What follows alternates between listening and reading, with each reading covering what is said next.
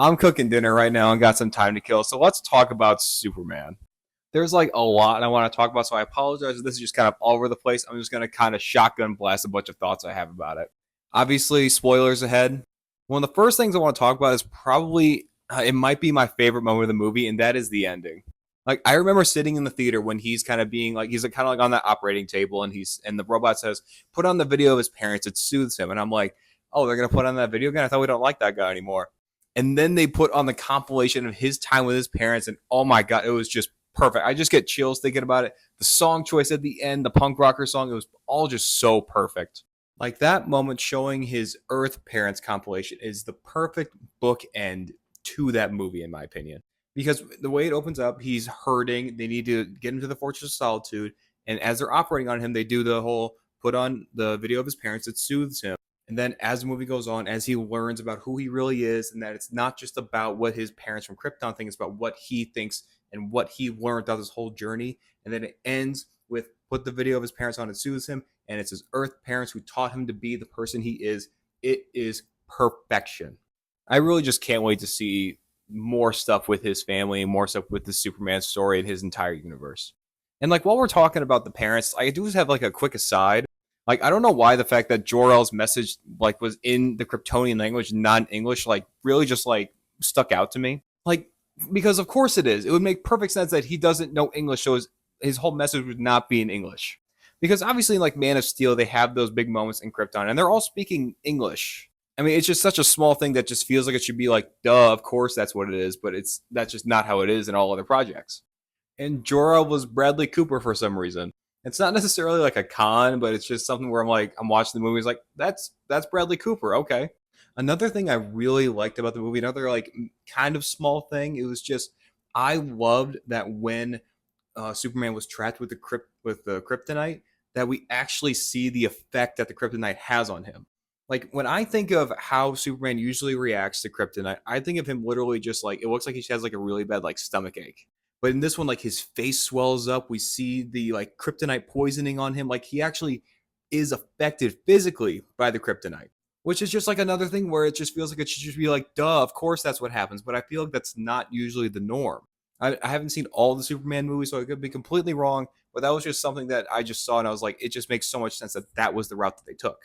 Like, just everything about this movie is just so perfect. And there's not many movies. Like, I'm not a big comic book guy. I've never really been a big comic book reader. But this is like the only movie I've ever seen that makes me want to go and get a comic book and read a comic book because of all the comic book comparisons and how everyone's like correlating to the feel of it to reading a comic book. And I just absolutely love the look and feel of this movie. I love the vibe, and it makes me want to go read comics. And it's just another example of James Gunn taking characters that no one ever really heard of or cared about and making us care about them and making them badass and awesome. There's no better explanation or example of that than Mr. Terrific and Metamorpho. I'd never heard of these guys, and I heard they're going to be in the movie, and I'm like, let's see what happens. It's James Gunn's probably going to be great. And obviously, they both are excellent, have their time to shine. Like, I went into knowing like who Hawkgirl was kind of and what a Green Lantern was, but they were just nowhere near the heights that Mr. Terrific and Metamorpho were at.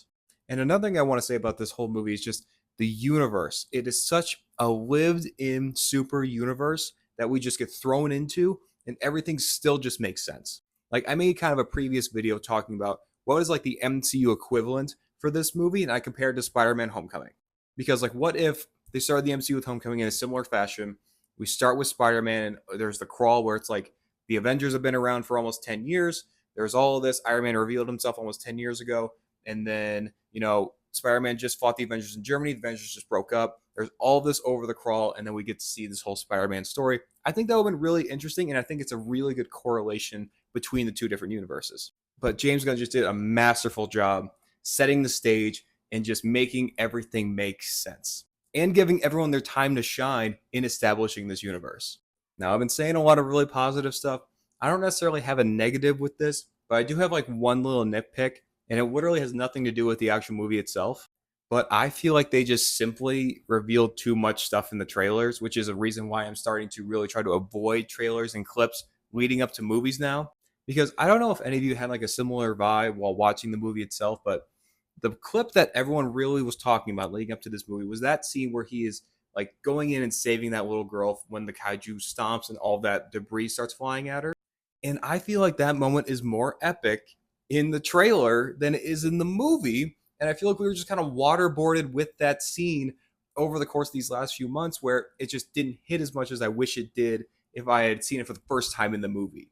And there were a few other moments like that too. Like I just feel like the trailers just reveal too much of the good stuff, like the really cool looking stuff. Obviously, there's still incredible moments that are not revealed in the trailer because they're not supposed to do that. They wouldn't reveal everything, but it just feels like there was just simply too much revealed in the trailers. And I wish there was less revealed.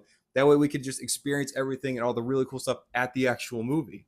I'm curious if any of you also had a similar feeling to that because I'm really starting to really try to avoid any Fantastic Four stuff now because of stuff like this. And obviously, you can't talk about this movie without talking about Crypto. Obviously, any second he was on screen, it was a showstopper. And the CG was phenomenal. Like there were some things that were maybe a little bit uncanny just because it's a flying dog. Your brain's gonna look at it and be like, that doesn't look too real. But there are some scenes that are just remarkably realistic. And it's just another thing James Gunn does great and make sure he does his due diligence on. Because any of the Guardians movies, Rocket looks great, especially in Guardians 3, and it's no different with Crypto and in Superman. And I mean, who doesn't love seeing Crypto just beat the crap out of Lex at the end? Like that was just everything with Crypto was so good. The comedic things with Superman and him, that moment with Supergirl at the end, it was just all so perfect. Another thing I do want to talk about though is the suits for the Justice Gang. Because you can look at those suits and say that they're like pretty bad. Like I know Alex on the Escape Pod said that he thinks they're like horrendous. But I still think that they work because again, we're really early into like the Justice. Obviously, the Justice League isn't the Justice League yet, so they're still figuring themselves out. And from what I'm seeing from Mr. Terrific, the way he looks in the comics, his look was perfect. So if they were going to do that and they were going to be a team, they all needed to look similar. So what I think they did was they took the look of Mr. Terrific, changed the color scheme a little bit, changed the way some of the outfits look to correlate to that person, and then just slapped it on a Green Lantern, slapped it on Hawkgirl, so that it's correlated and they look like a team. Because they can play around with the look for Hawkgirl, they can play around with the look for Guy Gardner as Green Lantern, but the look of Mr. Terrific now I just feel like is so iconic that they couldn't really mess with it much. So I think it all still just made sense in the context of the movie. I could really talk about Superman for hours, but I think I'll just cut it off here. Again, I just absolutely love this movie so much. James Gunn just knows what he's doing. I'm so happy he's got the keys to the kingdom for the DC universe. I'm so excited to see the future of it.